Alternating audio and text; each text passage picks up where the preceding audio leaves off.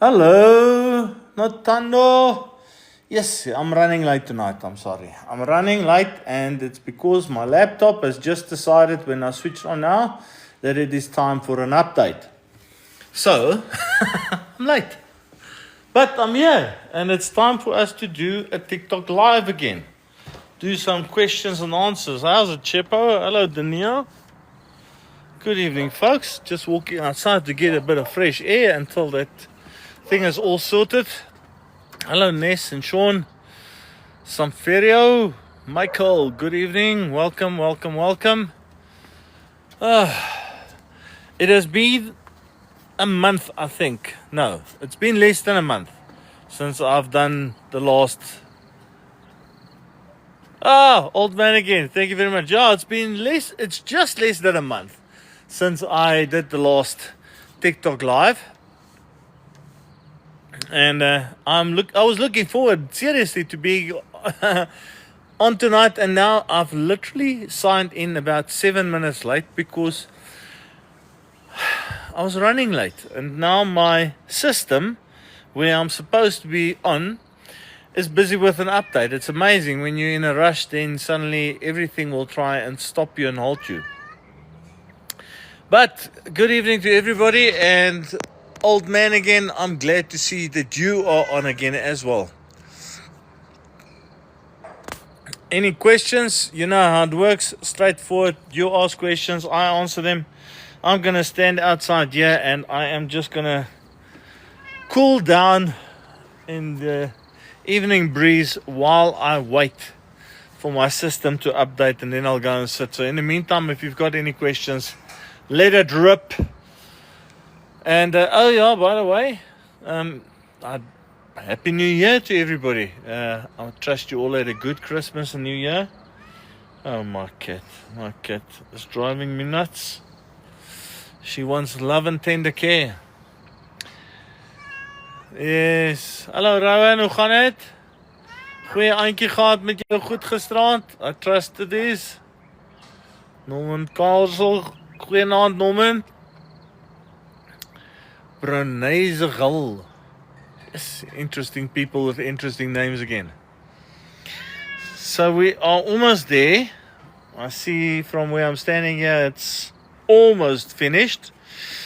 Let me just give the cat a scratch. Seeing the cat wants attention as well. Dit gaan baie goed hier so, Rowan. Baie dankie. Ek's bly om jou weer te sien in die nuwe jaar, mater. Lekker. Look at this. This is what I call spoiled little brat. Spoiled brat. Every afternoon I get home, and every morning I wake up. This is the routine we have to go through. And don't think that you're going to do it for 30 seconds and it's over and done with. No. She wants minutes and minutes upon minutes of this. And now that it's summer, she is losing so much hair, eh? So, what are the work? What are the work? What are you talking about, old man? What work are you talking about? Are you talking about the work that I do at the office? What work are you talking about? We are back at work, and we are with immediate effect about as busy as we were last year. Hello, JP. Good evening, young man. Welcome. Every now and again, I wonder how old these guys are that calls me all the time. Because I'm not that old. I might be grey, but I'm not that old. Any case. So far, so good. Old man, working hours at the office. Working hours at the office. When you work for yourself, there is no working hours at the office, to be honest. My staff, my admin staff, they can basically work from 8 or 9 in the morning until 4 or 5 in the morning. It's their decision. I don't really have too much of a thing with regards to that. But for myself, I go into the office normally at 9 o'clock in the morning, and then I come home when I'm literally finished. So very often that means that I only get home at, last night was 7 o'clock, 7:15. Tonight it's a bit earlier because I wanted to do TikTok live from home, and then I got held up. And as I walk in here, then my laptop doesn't want to update. So yeah, working hours is something that I don't understand. Because working hours is work until you are finished. Okay, let's see. Paul Wheeler sê, oom, ek is 58. Paul, dan moet ek jou oom noem. Fantasties. KB! Okay, KB, thank you very much. You are the first person that's asking an official question tonight. Oh my goodness, I'm going to have to do this the old way because I see TikTok live after the update. I have to go and sign in again, and I cannot concentrate on two places. So let's do it. I'll get tonight. I hope it's going to work. Oh. This thing is for some other reason. Okay, any case, there we go. That's better. KB, is Allan Gray Equity Fund good for a young person willing to take risk? Absolutely. Absolutely. Allan Gray Equity Fund is a very good fund, and I will recommend it to anybody, not only a young person that wants to take risk. I will actually recommend Allan Gray Equity Fund even to people that are pretty old, as long as you combine it with another fund. If you don't want to take too much risk, if you are a medium risk type of person, then I would definitely recommend that you take it with another fund. But Allan Gray Equity Fund is a very good fund. As a matter of fact, I'm just opening it here quickly. I just want to see, just to give you an idea about the Allan Gray Equity Fund, the return over the last year, and we are talking from September to September, is 22.8%. And the average return on that fund is 18.1% over the last 5 years. Over the last 10 years, it's 10.3%. So that's a very good fund. So absolutely, if you are willing to be a bit more risky and you're just willing to hang in there when times are tough, then the Allan Gray Equity Fund is a very, very good fund. Let's see who's next. Oh, now I skipped 110 again. Sorry folks, like I say, tonight we are doing it old style again. Evening Makulu, how's it going? My man, Motoko, thank you very much. It's going very, very well. Welcome to my live events again. I have been looking forward to it, and I think the break was a great thing to get me motivated again. I want to make an appointment for a Friday after 3. That's fine. We can make an appointment for a Friday after 3. It's just not going to be this Friday. And so send me a WhatsApp. You know by now that my WhatsApp number is my profile. Send me a WhatsApp, and then we can set up something for later on. But no problem. I don't mind working after 3 on a Friday. I mind working on a Saturday. That's when I play golf. So that I mind, but not a Friday. How much money must you put away in yours 40 to have about 4 million? Are you saying that you want to put money away for over 40 years? So I'm not sure. Hang on, JP. Are you talking about investing money for a period so that after 40 years you have 4 million? Kind of a difficult one to tell you because it's going to depend. Let's just see something here quickly. I just want to have a quick squiz at something.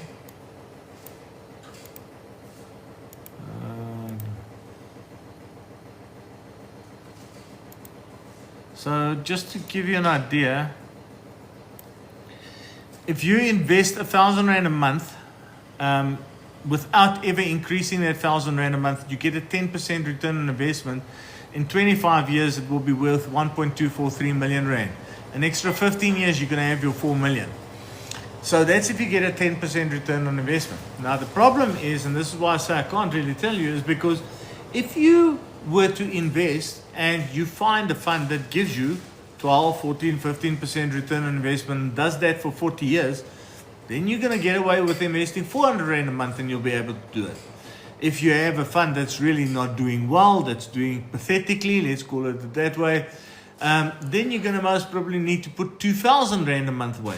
So the return that you're going to get is going to be directly related, or the capital that you're going to get after this period of time is going to be directly related to the return that you get in the portfolio that you invest in. So I think we worry too much about the physical amount of money at the specific period in the future. What you or anybody else should be worried about is that if you want to invest and you want to outperform inflation, if you can outperform inflation by 3 to 5%, you're already doing very well. Anything more than that, you're doing great. And if you accomplish that, you will accomplish your goals. Okay.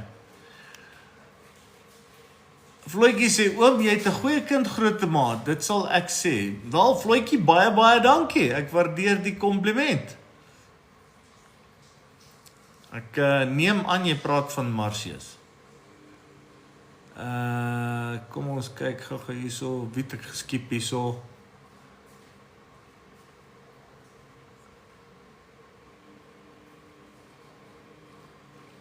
Die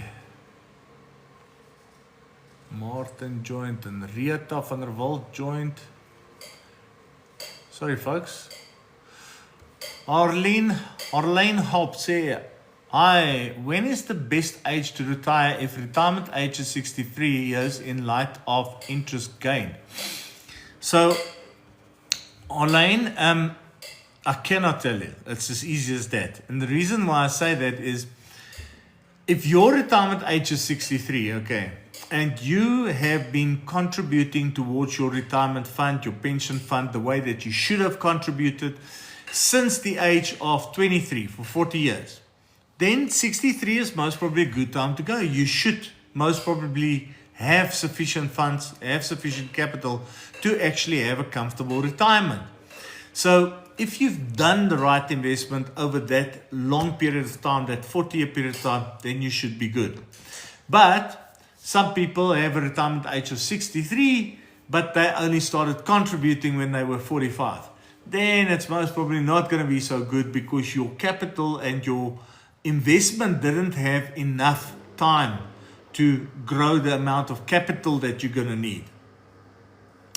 So that's the first thing. It's going to go about the amount of time that you've invested for. The second thing is it depends when you get to the age of 63 as to what your need is.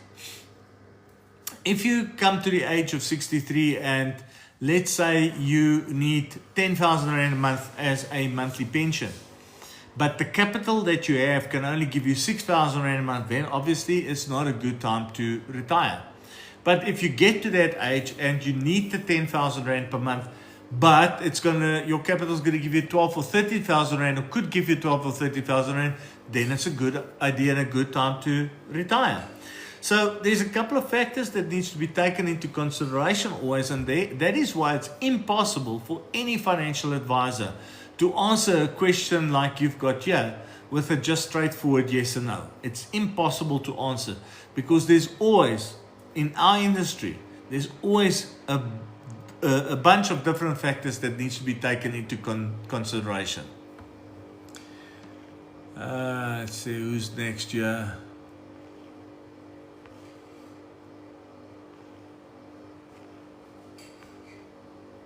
Oh, gee whiz.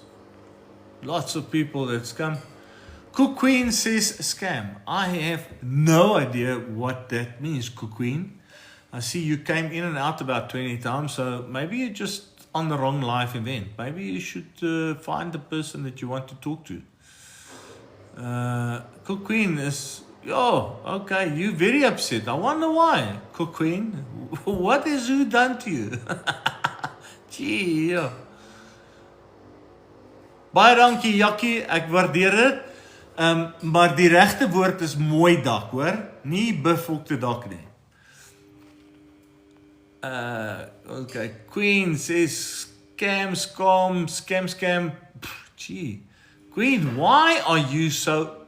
Queen, why are you so angry?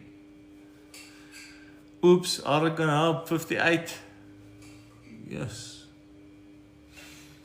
Arlene Hope says also have an RA.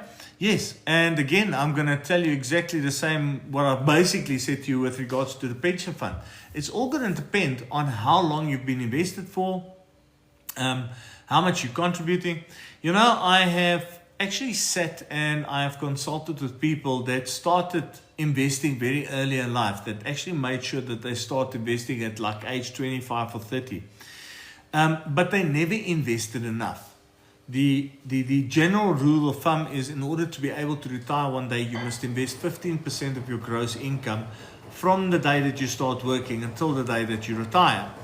And then I get people that started investing at the age of 25 or 30, but they only invested 3 or 4 or 5% of the income. Then they get to retirement and then they can't understand why they can't retire. But it's purely because they never invested enough. So they got good growth, but they just didn't invest enough. Then I have seen people that have been like literally 10 years from retirement and they were in desperate needs, but they've done everything they needed over their life. They bought their houses, their cars, put their kids through school, the whole to So suddenly they've got an income and they've got a big portion that they can invest, and they started investing that. And they made their retirement within 10 years. They made it work within a very short period of time. So again, there's a lot of factors to be taken into consideration. The fact that you have a pension fund and the RA is fantastic. But now, when did you start investing? How much are you investing into those products? What's the return that you're getting on those investments?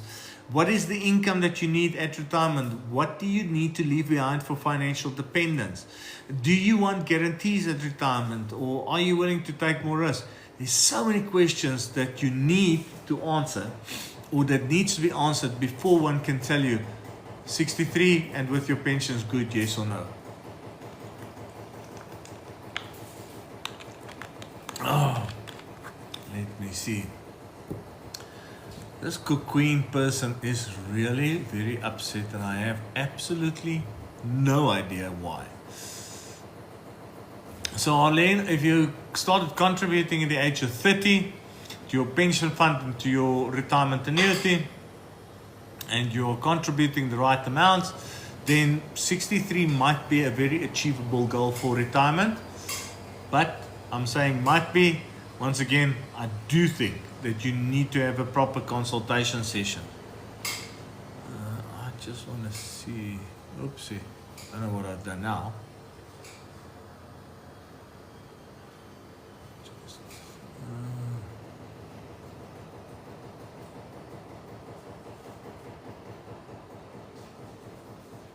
There we go. I hope that helps. I really hope that helps.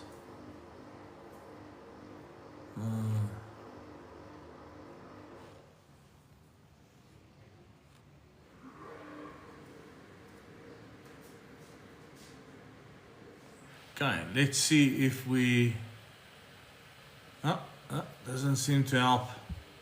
Okay, I tried. Okay, so who's next year?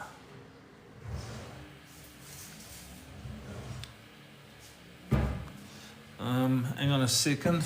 Oh, shucks. Where is...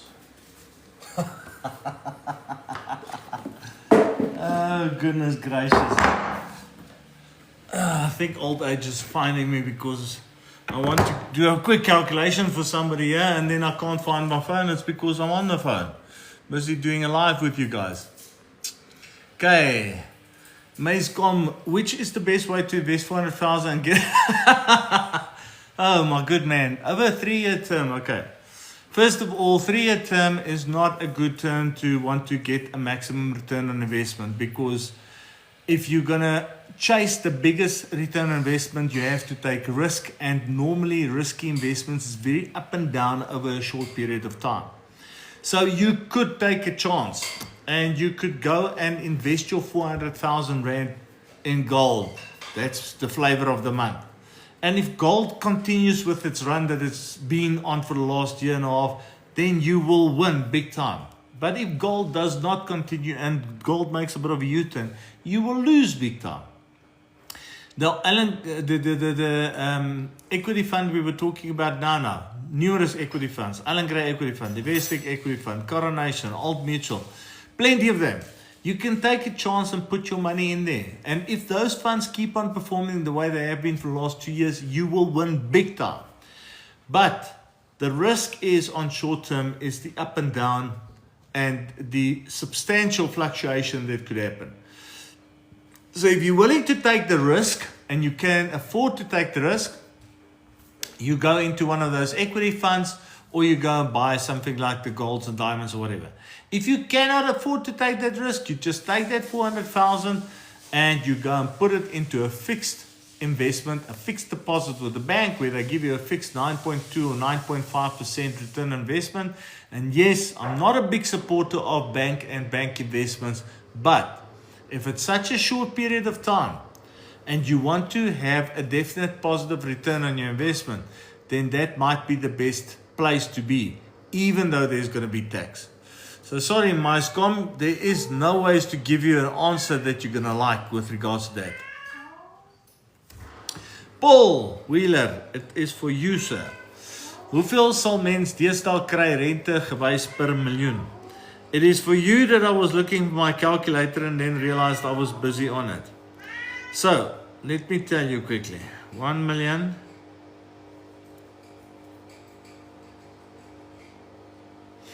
My opinion is that if you want to invest R1 million and physically draw the income from it, and you are not bound by interest, bank interest rate, you're willing to invest it into a growth portfolio, then you can get 4,166 Rand per month interest that you can draw as an income. Okay. And the way I've calculated that is I've basically said that I will make use of a 5% income drawdown. So 5% of every million is what I'll draw. So that would be a safe investment or income that you can draw from R1 million. To take the subject just a little bit further, I cannot tell you what the interest is that you're going to earn at the bank if you wanted to invest the money with the bank. For the plain and simple reason, banks have different interest rates for different products and for different time periods. But let's assume that you were putting your money into the bank and you fixed it for 1 year and you got an interest rate of 10%. Okay, which is, no, it won't be 10. I don't think we can do 10 in South Africa at the moment. I think closer to the truth will be about 7.8%. So if you invest R1 million in the bank fixed and you get a good 7.8% interest rate, you get 78,000 Rand pre-tax. And you get 23,000 of that tax-free. You're left with 55,000 Rand that's taxable. Depending on your tax rate, you're going to lose out a bit. So you're going to end up with something that is most probably about 7% or less.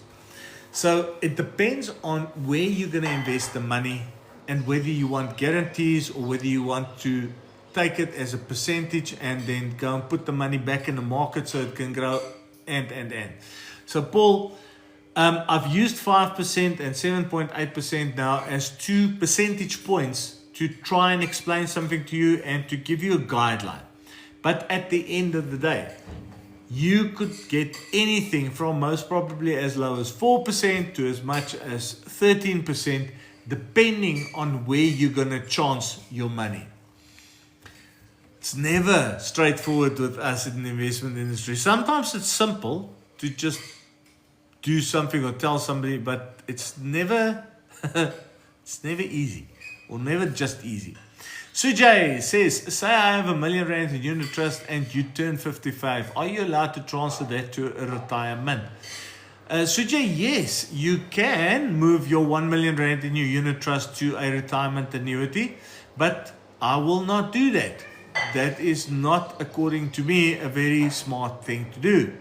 And the reason why I'm saying that is your unit trust. You can withdraw your unit trust as you wish. You can go and say, listen, there's R1 million in my unit trust. I want to draw 500 Rand a month as an income, or you can do, as I've just explained to Paul, draw 5% and take 4,100 Rand monthly. And you can do that out of your unit trust. So you don't have to have it in a pensionable type plan.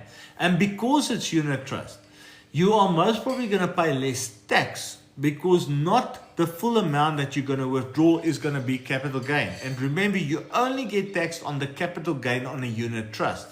So you're going to find that whatever you draw as an income, a portion is going to be tax-free and the other portion is going to be taxable in your hands. The other thing is you want to keep this unit trust as liquid as possible, so that if you've got big expenses or big crises, that you can go and access it. Also, if you transfer it into the retirement annuity, you now take money that's liquid and you make it fixed. And you can get a tax deductibility because you've done that transfer. But remember now, when you then retire out of that retirement annuity, then you're going to pay tax on the income again, and you don't have the liquidity. So definitely not a good idea to transfer unit trust into a retirement annuity. You keep the unit trust separate. There's other products that you can do depending on what you need is. There's other tricks of the trade that you can do if you need income or capital growth or whatever the case might be. There's other things that you can do to give you maybe a better return, a better income, a more guaranteed income, beneficial to your beneficiaries. Other things that you can do, but definitely not transferring it to a retirement annuity, okay? Yes, see, tonight everything is against me. Now my battery power on my phone is busy going. It's a pleasure, Arlene. I'm glad if I could help. And Arlene, if you need more help, on my profile, in my profile is my WhatsApp number. You contact me and either myself or one of my advisors can consult with you, okay? Retirement and circumvent the CGT with the rebates from retirement, obviously only putting 350. Yes, that's true. Okay, if we're talking about money that you've earned, you can use retirement annuity for better tax benefits. And if you are talking about the unit trust we were just talking about, then you don't pay CGT on it, but you pay income tax. And the income tax is actually worse than the CGT. It's better to pay CGT on the unit trust than what it is to pay income tax on the income. And like I say, there's other products that can be used.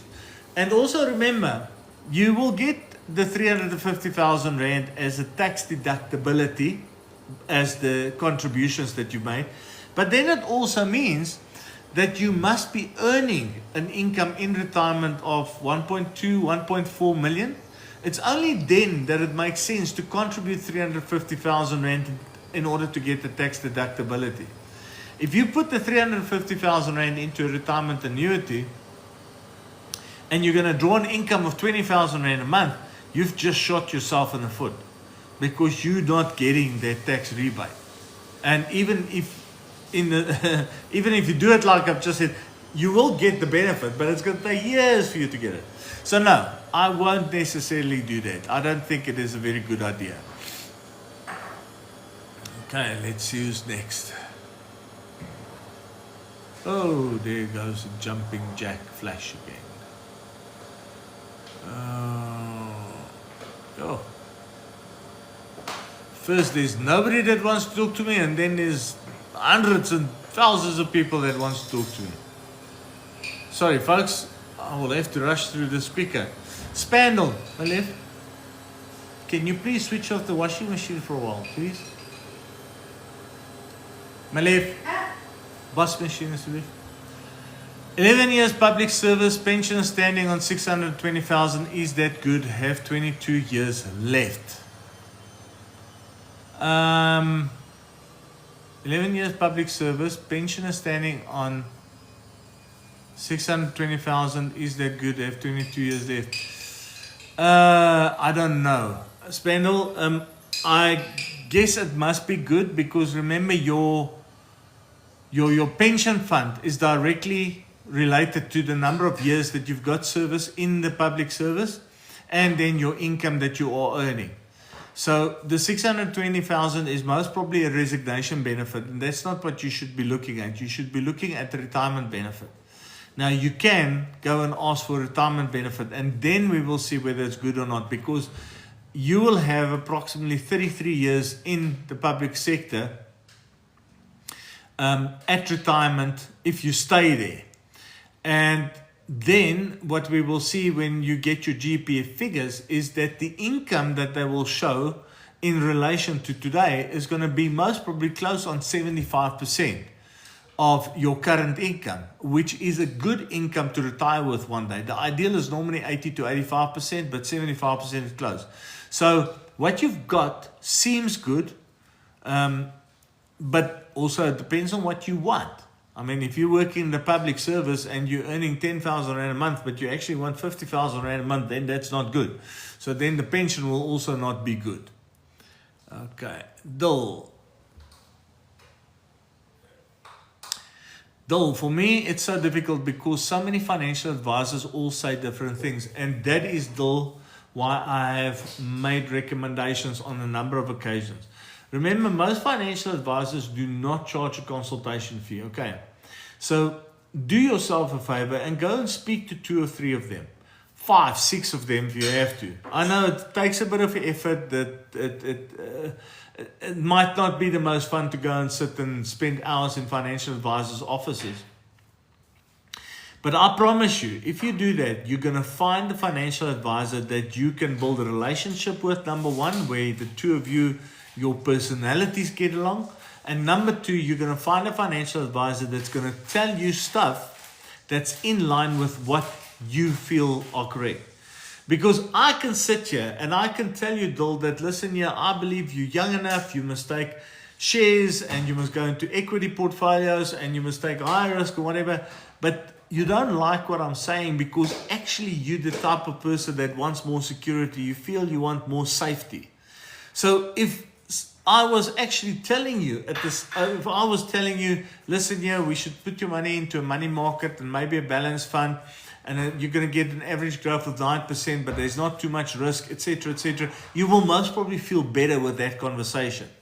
So once you find the advisor that personalities match, and that what that advisor tells you and explains to you based on the planning fits in with your with your personality, you've got a winner and you work with that person.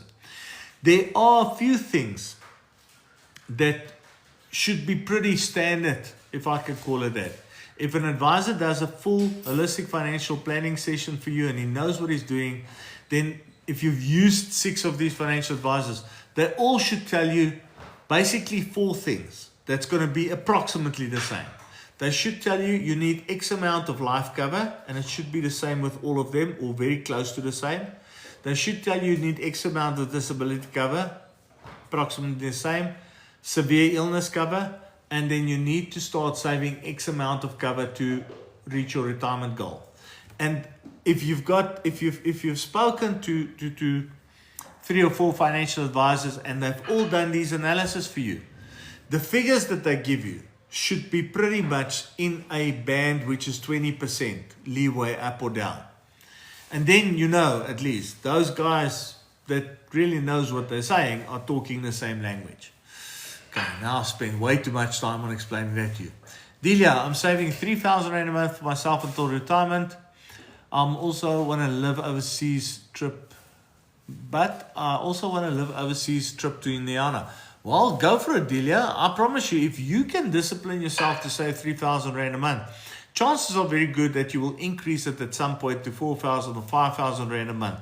That's the first thing. Second thing is, if you're really committed and disciplined and you work for company A, and that's not sufficient for you because you want a better life, you will do something to improve your job and earn a bigger salary and save more money. There's absolutely nothing in this world that stops you from reaching those goals. And it's all a question of hard work, smart work, and investing. Discipline, discipline, discipline. Let's see. Siva, you what you say? I trust that's what I'm talking that's hot, but I know this face is not hot anymore. CR18 says gold, silver, copper doing very well now. Yes, it has been doing very well. And you know, and that's the thing. You can go into the market and you can go and look at all the different asset classes that there are. Gold, silver, copper, the US dollar, the pound for Forex, ShopRite, Checkers, the banks, the financial institutions. And if you go and look, you will see all of them do this. And all of them has a time when they do very well, and all of them have a time when they're not doing so well, and then they start recovering again. And gold and silver and copper has had a hell of a run over the last year or so. Whether they're going to keep on with that run, that I do not know. And on that, I don't even want to comment, because that is where portfolio managers comes in. That is what their job is. They have to make those calls and figure that out.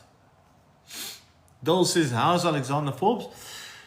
I have nothing bad to say about Alexander Forbes. I am not the biggest fan of their portfolios, but they're not bad. And what I do know is that Alexander Forbes is a very good administration company. So they're very good administrator of pension funds. So absolutely nothing bad to say about them. I personally just don't make use of their funds because, well, I don't think they're doing that well. And personally, I have other funds that I like a lot more. Let's see. Bill is like asking how good is Amazon. CR18, I think you're right in saying that. They are good, so is multiple investment companies. Yes, and that's why we always recommend that people invest in diversification. I think there's two types of people in the world, okay? There is the people that always wants to hunt the bargain, get the best price, get that lowest price, get that special price. And at the same time, those are the type of people that always wants to make a quick buck as well. Okay. And then there's people that say, listen here, I want to make sure that when I get to retirement, I'm going to be well off. I want that security. I want that safety. I want that certainty. And we as human beings have to decide which one are we. Are we the person that wants over a long period of time value to build? Or am I the type of person that tries to get a bargain of everything, special on everything, a saving on everything, and instant big growth on something? I am in category one. I like the building over a long period of time. And the reason why I'm in category one is because I know there are businessmen. If you go and you look at the Elon Musks and the Alex Hormozis and those type of people, Richard Branson, it's people that took massive chances and it paid off in business. But those guys have also had a lot of losses. But it is few and far between these guys that are really making it successful. My experience and what I've seen and experienced over the years is that the guy that always try and hunt the special and the savings and wants the best possible price and wants to get the quick buck or whatever, they lose 9 out of 10 times. And the guy that says, listen, yeah, I want to build over time, they win 10 out of 10 times. So choose, do you want to be that person that wins 1 out of 10 times or 10 out of 10 times? And yes, you can be both. And you can be both. When I say you can be both, you just need to decide how much do I want to be a person one, how much do I want to be a person two. So you can go and chase the quick buck with 5 or 10 or 15% of your investments and then chase good value growth with the other 80, 85, 90%. You just have to decide where you feel comfortable. I like the way you address matters. Thank you, brother. Makes sense. Then I'm very glad. If that works, then I'm very, very happy. Lance says 6,800 per mil. Let's have a quick look at what you say here, Lance. 1, 2, 3, 1, 2, 3 equals times 100. That works out to 8.16%, Lance. 6,800 per mil. And I assume that's 6,800 per month per mil. So that works out to 8.16 per mil, which I do not have a problem with somebody asking me if I will give them that income on $1 million. I will, but then that person has to understand that we cannot be too conservative with the investment. Then that person has to understand that I'm going to have to take a big chunk of the investment and put it into equities, put it into equity portfolios. Because at 8%, you need a return on investment of 9, 10 or 11% to ensure that your capital remains sustainable. So yes, I don't have a problem with that. I'm just telling you that it's achievable, but then you need to be more aggressive in your investment approach.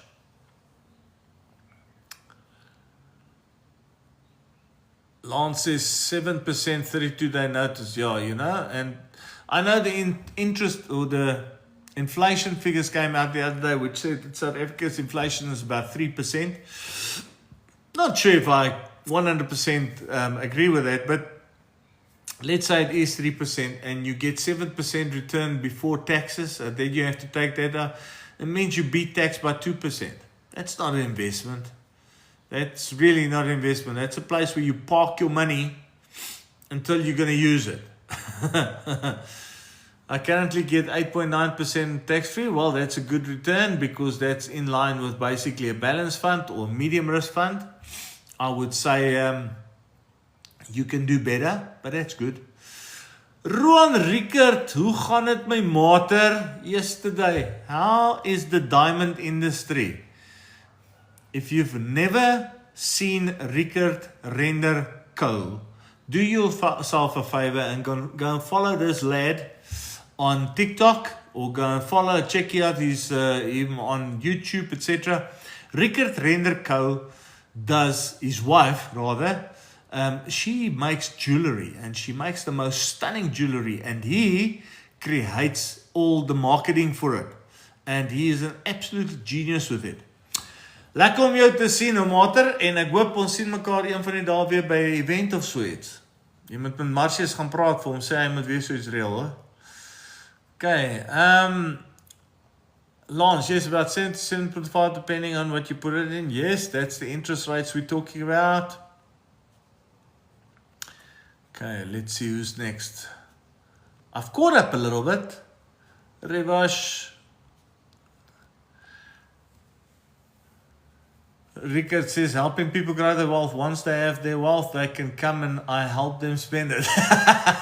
Indeed. Your wife will make them stunning pieces. Absolutely.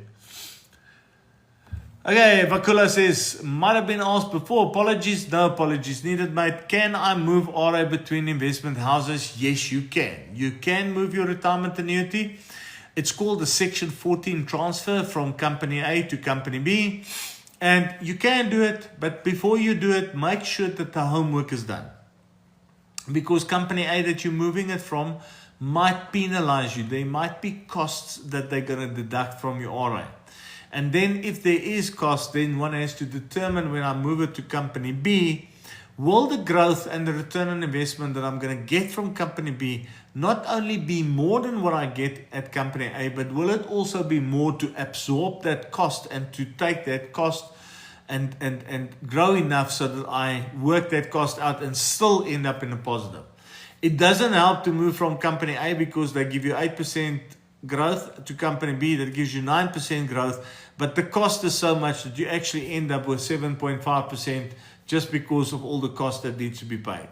So you can, but please ask your advisor to show you, black and white, and they can do it, what the cost is going to be for the transfer before you make a decision if it is worth it or not. Okay.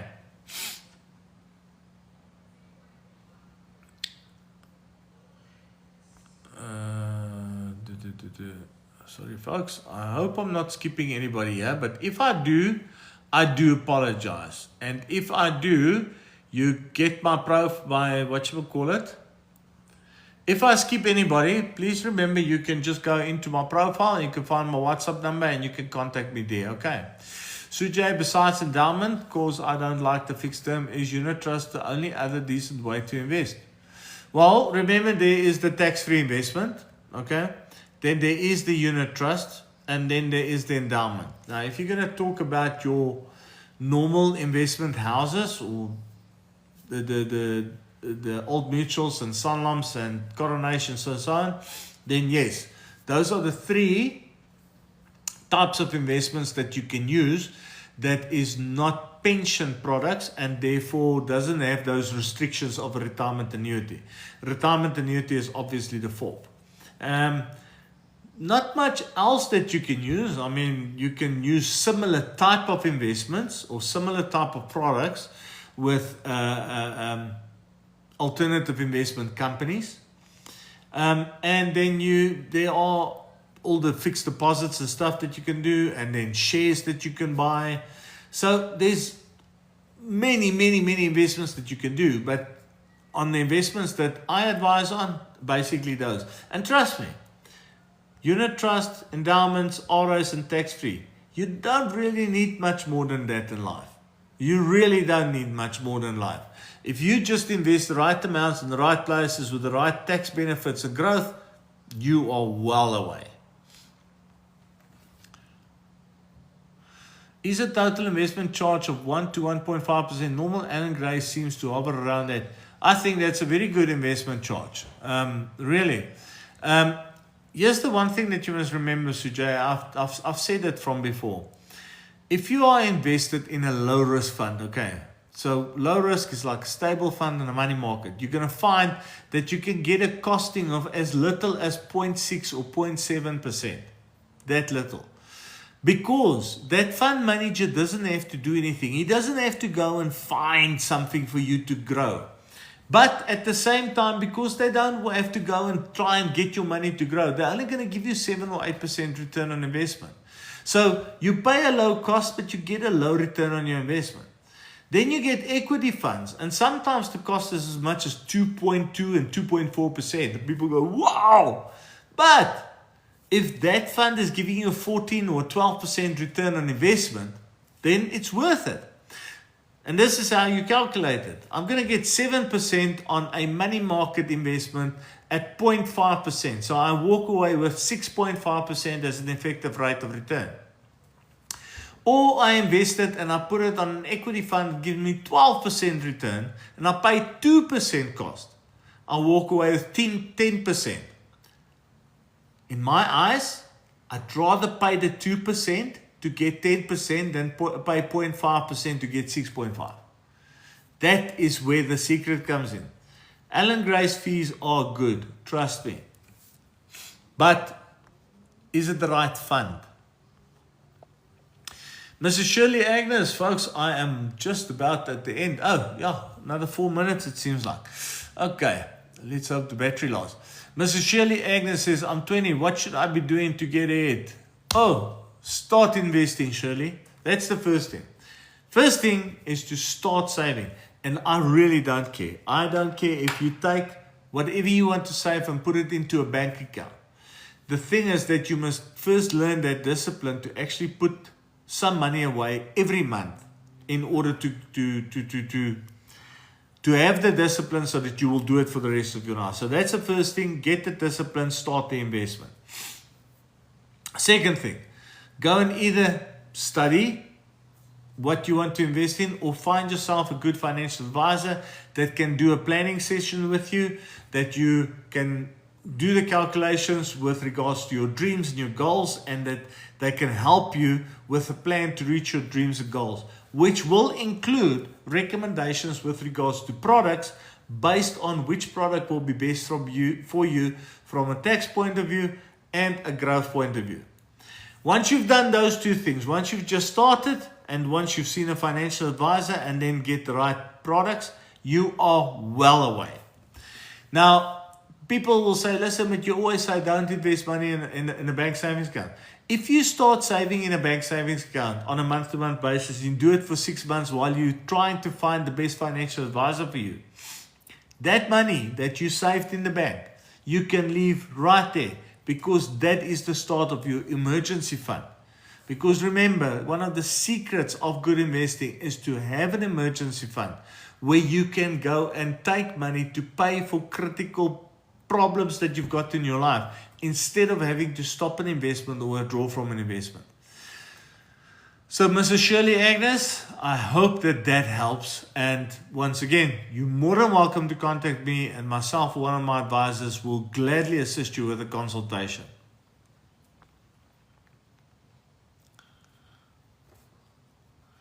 C18, mate, you've made a number of comments, and now you do this great thing and you tell Mrs. Shirley Agnes, invest as soon as you can when you got free cash.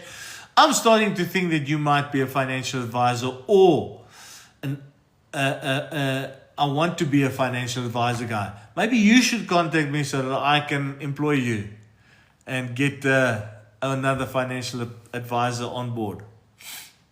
Karen, PE. Karen, where am I from? I'm from Krugersdorp, Karen. I'm not from PE, unfortunately. But Karen, doesn't really matter. Up until about 2 years ago, I drove around a lot to go and see people, and now I have got so many people contacting me for consultations, whatever. I can't, so I sit in the office most days and do consultations from there via Teams and Google Meet.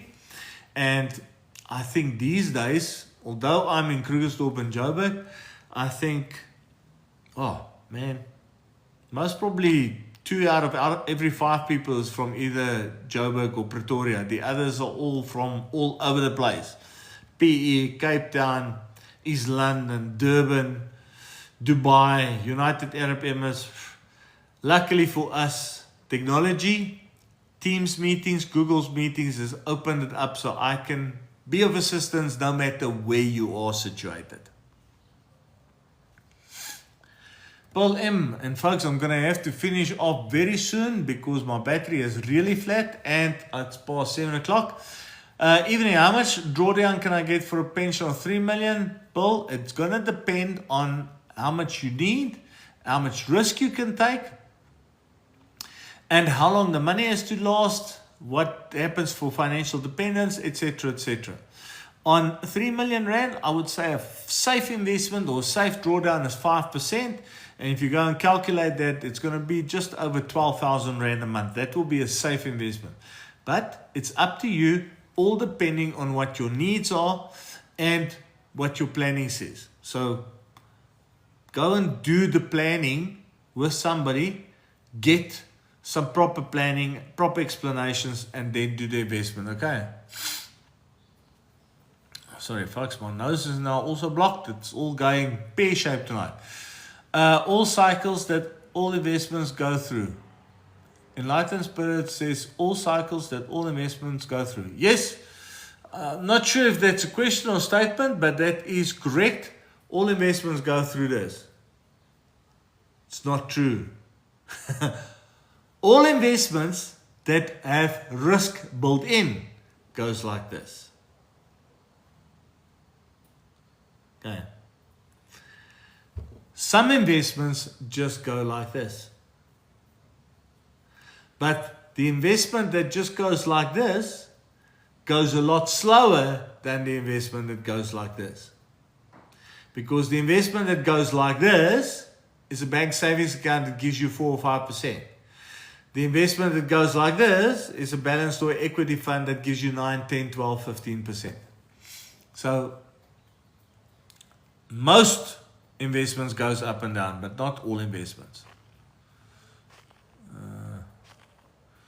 How much do you know about crypto and the kind of returns we get from that? Mate, I do not know much about crypto. I understand a little bit of it.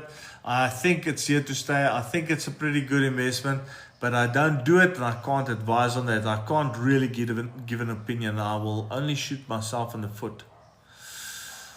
Okay, let's see. That's that. Okay, folks, it's the end of the evening. And T-Babe says she's late. I don't know what she's late for, but hopefully it's not something serious. Oh, T-Babe says, I just invited with Coronation Day. I hope I made a great choice.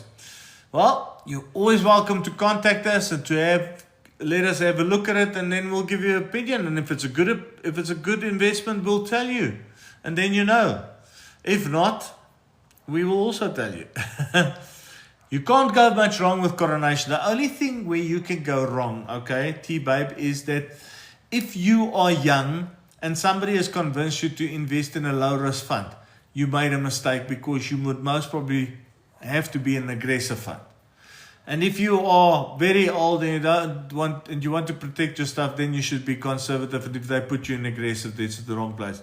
But over and above that, most probably not too much wrong with your investment, because Coronation is good. Dot, is buying property and staying in it better than renting an apartment for future investments? This is a very long discussion, Dot, and I cannot give you a yes or no answer, because it depends from area to area, from circumstances. Sometimes it's better to buy, sometimes it's better to rent. Once again, lots of factors to be taken into consideration, although there seems to be a trend these days where people rather rent for lower than they would buy, save the difference, and then in the future buy a property cash. Okay, that's it. Folks, I have to run. T-Babe says, I'm in my 40s and took top 40. Sharp. Good. Good investment there.